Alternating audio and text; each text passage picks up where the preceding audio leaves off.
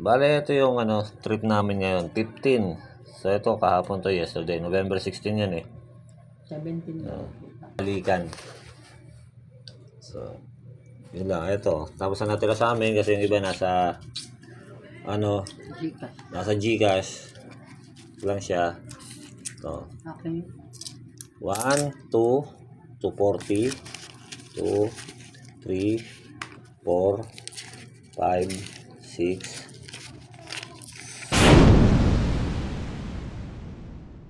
So, lumabas kami ng alas 5. Mag-aalas 10 na, hindi pa. Nagising kami ng alas 5 ng hapon. Ay mga 4:30. Mga 5:30 nagbiyahe kami. Until, eto mag-aalas 10 na. Nakaka-12 na kami na booking. Ang ninorotahan lang namin malalapit lang, mga gurame. Pan 13 na pala ito, pan 13. So, ito na yung income namin, oh. Wow! Oh, nakaka 705 na ako dito sa app. Pala sa Gcash.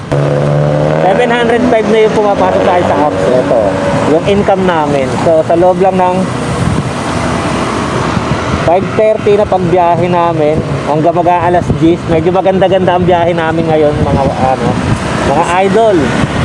So, sasagarin na namin hanggang 12. Hindi pa ako inaantok eh. At maraming booking. Kasi hindi ba Oo. Tapos kanina, ito nga pala yung masama na nangyari sa amin kanina. Naghatid kami, Koreano yung yung CS, yung pagdadrapan. Ang masaklap, hindi magkaintindihan. Kahit mahina na siya sa English, mahina rin ako sa English. Mahina siya intindi ng English. Tapos ganito nangyari. Nandun na kami sa may dropping point, sa may waiting area. Pero ang gusto niya talaga ay doon sa mismong unit niya. So, hindi naman pwede kasi wala maiiwan sa motor. At hindi rin kami pwede pumasok doon sa unit ng Shangri-La. Ginawa namin, pinababa namin siya. Tapos sa saklap, dinaanan lang niya kami. Doon siya nagpunta sa kabilang tower. So, tapos ngayon, nagalit siya kasi iba naman talaga yung pick up eh. Tapos ko muna ha. So yun, nagalit yung yung Koreano. Ang sabi, tinawagan yung yung nagpabook. Sabi, hindi na raw siya o-order kahit kailan kasi hindi raw kami nakakaintindi ng exact address. Exact address nga yung sinuntahan namin. Ang problema, hindi naman pwede mag-parking doon. Anong gagawin namin? Ipapahuli niya kami. Diba? So, sinabi ko doon sa nagpabook. Sabi na nagpabook, sabi niya siya naman pala may kasalanan. Wrong pin na siya. Oh. Wrong pin siya, tapos pipilitan niya na gano'n. Di wala tayo magagawa. Diba? Hindi lang naman siya yung araw-araw na nag-o-order eh. Hindi naman siya yung araw-araw na umu-order, hindi rin naman siya galain sa walan. Kaya yung mga CS, yung mga makukulit, sana, intindihin nyo rin kami mga rider. Dahil kami, nagdi-deliver lang. Tapos pagdating sa dinilibera namin, kung may gwardiya, at bawal sa SOP nila, na hindi pwede doon, pwede sumunod na lang tayo. Pero alam kung anak ka ni basta, yun. Ikaw masusunod. So, tagal naman nung namin, pick up namin. Tagal.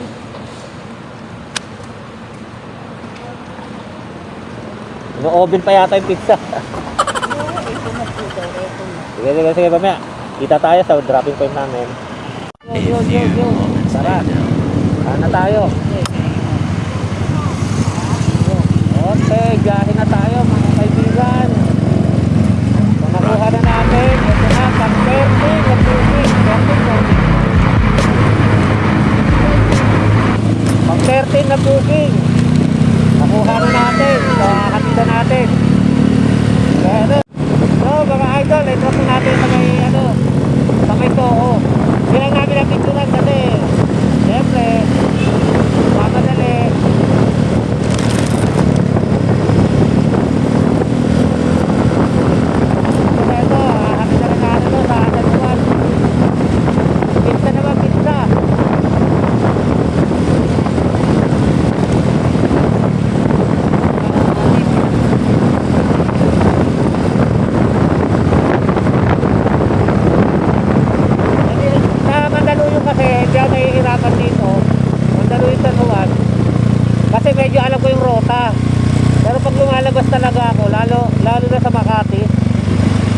na hirap ako sa Makati kasi na ang daming one way dun. Nasa likuran mo lang yung pupuntahan mo, iikot ka pa dahil sa one way. Kaya natatagalan ako, kaya hindi na kami kumukuha ng booking na lumalabas kami ng Makati. Pero pagka walang-wala talaga, kinakain na namin yun. Pero pagka ganito Sabado, Linggo, dito lang kami sa area na alam namin. Katulad dito, San Juan, Mandaluyong, tapos Santa Mesa. Hanggang dyan lang kami sa area na yan, umiikot-ikot na kami dyan. Tulad dito, papunta kami ng ano ngayon, ng San Juan, pinapapunta pa kami ng Calentong. Kasi ang ginawa ko, mag-shortcut na ako rito. Malapit lang, dire-diretso. Pero kung susundin ko si Wade, sa malayo. Kaya abang. Yan guys, andito na kami. Tapos na kami, it's almost 11 p.m. 11 p.m. na. Mag-out na kami sa Lalamove. Ano kami. So ngayon, ang bilis ng trip namin.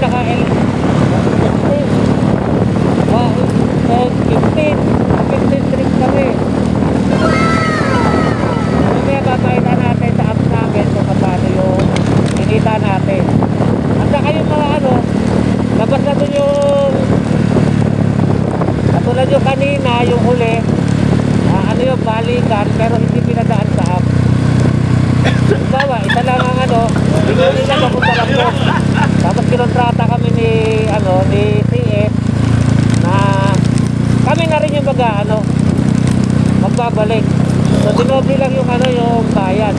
Hindi na niya pinadaan sa application. Kaya medyo maganda yung naging kitaan ngayon. From 5:30 a.m. 5:30 p.m. until 11. So mamaya makikita nyo kung magkano.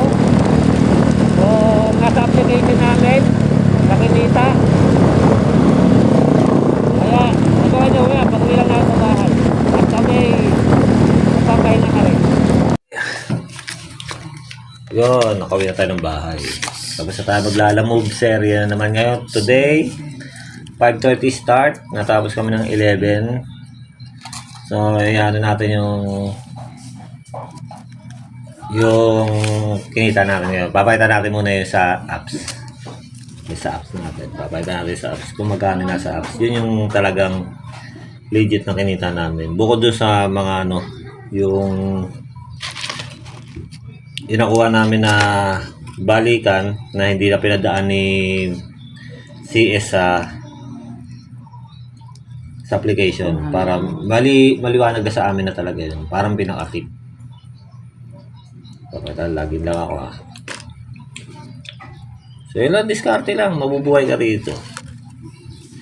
Hindi mo kailangan magbugbugin. Malapitan lang sa diskarte nga pala namin guys. Hindi kami kumukuha ngayon ng malayuan na biyahe. Kasi ganun din naman ang ikakalta sa Lalamove ng percent niya, di ba, Ay mo data, wifi mo pa naman. Bale, ito yung trip namin ngayon, 15. So ito, kahapon to, yesterday, November 16 yan 17 na. Kaya ba tayo ngayon? 17? 18 na. 18 na kasi nag-12 na. Oo, nag-12 na 18. O, 16 na isang araw yan. So ito yung kahapon namin, yung kanina lang, past kanina lang. 1, 2, 3, 4, 5, 6, 7, 8, 10, 11, 12, 13, 14, 15. Yan 15, di ba? So, kinita namin dyan talagang tumama siya ng 1K. Kasi may mga kami, yung mga hindi dumadaan sa application na balikan. So, yun lang. Ito. Tapos ang natulog sa amin kasi yung iba ano, Gcash. nasa Gcash lang siya. Ito. Okay. 1, 2, 240, 2, 3, 4, 5, 6, 7, 8. Tapos yung kinain natin na 100. 100. 15. Nagpipita sa pinanggasolina ko na 100 sa 1,000. Hindi ba? O, diba? 100. Basta Gcash. Oh. 1,000 nga. Akin kasi yan kaya sobra-sobra. Bali 1,1. Yan. Yung iba kasi nag-a-add. So, pabilisan ng swipe ngayon talaga. Ito yung ano namin. Kinita namin. Nasaan na yun? Lagyan natin sa profile. Pero ang ano ko, ang rank ko kay Lala Moves, ito pa rin guys. Naka-pair. Pair siya, pair. Yan. So, ito papalitan natin yung kita. Ito pa sa'yo pa to. Yun ang kinita namin sa loob ng 5, 6, 7, 8, 9, 10, 11, 12, 6 hours. 6 hours. 6 hours yung ano namin. Oras na yun. So, 6 hours lang kumita ng 1,000. Hindi na masama yun, di ba? Diskarte lang. Diskarte lang yun. Hindi mo kailangan makipagbugbugan sa traffic. Kaya maganda lang kasi ngayon dahil na walang masyado sasakyan. Wala kasing traffic. Tapos medyo malaki ang bigay nila Lalamove na rates. Kaya mandaluyong lang. Kaya mandaluyo lang kami talaga. Pero pagka yung maraming sasakyan, minsan lumalabas rin kami. Ang pinakayaw namin sa Makati. Dahil puro one way dun. Nasa likod lang yung pupuntahan mo, iikot ka pa ng pagkalayo-layo. Dahil di ka pwedeng tumawid dahil one way. Mahuhuli ka ron. Hindi sa kumita ka, magbumulta ka pa. Ayun. Hanggang bukas na lang ulit tayo. Bukas. Biyahe ulit tayo bukas. Magkano na makita.